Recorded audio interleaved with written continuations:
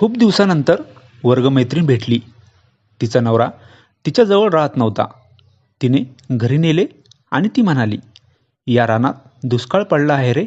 आता तूच पाऊस पाडून हे रान ओलचिंब करून टाक." नमस्कार मित्रांनो, स्वागत आहे तुमचं आमच्या चॅनलमध्ये. तुम्ही जर अजून आमचं चॅनल सबस्क्राईब केलं नसेल तर प्लीज चॅनलला सबस्क्राईब नक्की करा. नोकरीच्या शोधात मी 2 दिवसापासून फिरत होतो. ना मला नोकरी भेटत होती, नाही राहायला खोली भेटत होती. 2 दिवस झाले मी हॉटेलवरच राहत होतो आणि जेवण पण हॉटेलवरच. मित्रांनो, मी वैभव. माझं पदवी शिक्षण पूर्ण झालं होतं. घरचे मला म्हणाले, मला आता एवढं शिकला तर छोटी मोठी नोकरी तरी कर. त्यामुळे मी नोकरी शोधायला आलो होतो. 2 दिवस झाले मला येऊन नोकरी बघायला, पण अजून कुठेच काही नव्हतं. हॉटेलवर खोली करून राहणं म्हणजे खर्च खूपच होऊ लागला. तिसऱ्या दिवशी मला एका ठिकाणी मुलाखतीसाठी बोलावलं होतं. तिथे गेलो आणि तिथे तर मुलाखतीची लाईनच लागली होती. माझा नंबर आला तेव्हा संध्याकाळ झाली होती. ते म्हणाले, "उद्या सकाळी या." मी परत सकाळी गेलो आणि त्यांनी सांगितलं की आता भरती झाली. मला 4 दिवस झाले होते नोकरी शोधून. मी पूर्ण कंटाळलो होतो. मी आता विचार केला, सरळ गावाकडे निघून जावं आणि मी निघालो होतो. जाता जाता काहीतरी खाऊन घ्यावं म्हणून एका हॉटेलवर गेलो. तिथे मला एक मुलगी ओळखीची वाटली. तिला थोडं जवळून बघितलं तेव्हा मी तिला ओळखलं. ही तर आरती आहे, माझी वर्गमैत्रीण. तिचं लग्न झाल्यापासून तिच्यात खूपच बदल झाला होता.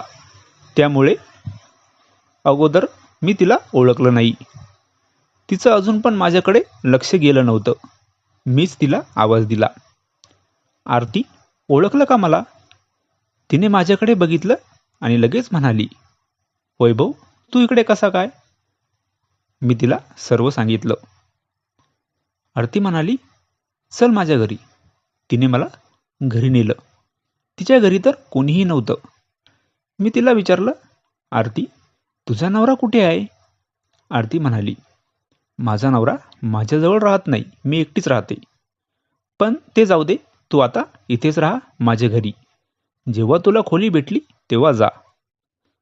तिचा नवरा तिच्याजवळ का राहत नाही तिने मला काहीच सांगितलं नाही. रात्री आम्ही खूप वेळ गप्पा मारल्या होत्या, कारण माझी वर्गमैत्रीण खूप दिवसानंतर भेटली होती. आरती म्हणाली, "आता खूप रात्र झाली आहे, आपण झोपूया." ती माझ्याजवळ एकाच बेडवर. मी आरतीला म्हणालो, "आरती, आपण एकाच बेडवर कसं?" आरती म्हणाली, "काही नाही होत, तू झोप. आपण शेजारी असलो तरी काय नाही." आरती तर माझ्याजवळ आली आणि तिने तिचा हात माझ्या अंगावर टाकला. मी आता ती आता माझ्या एवढ्या जवळ आली होती की मला तर कंट्रोलच होईना. मी आरतीला म्हणालो, "आरती, थोडं दूर हो."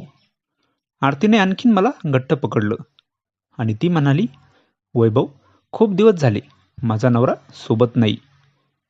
मी तुला का घरी आणले आहे, तू समजून घे आता." मी आरतीला म्हणालो, "अगं पण हे कसं? तू माझी मैत्रीण आहे."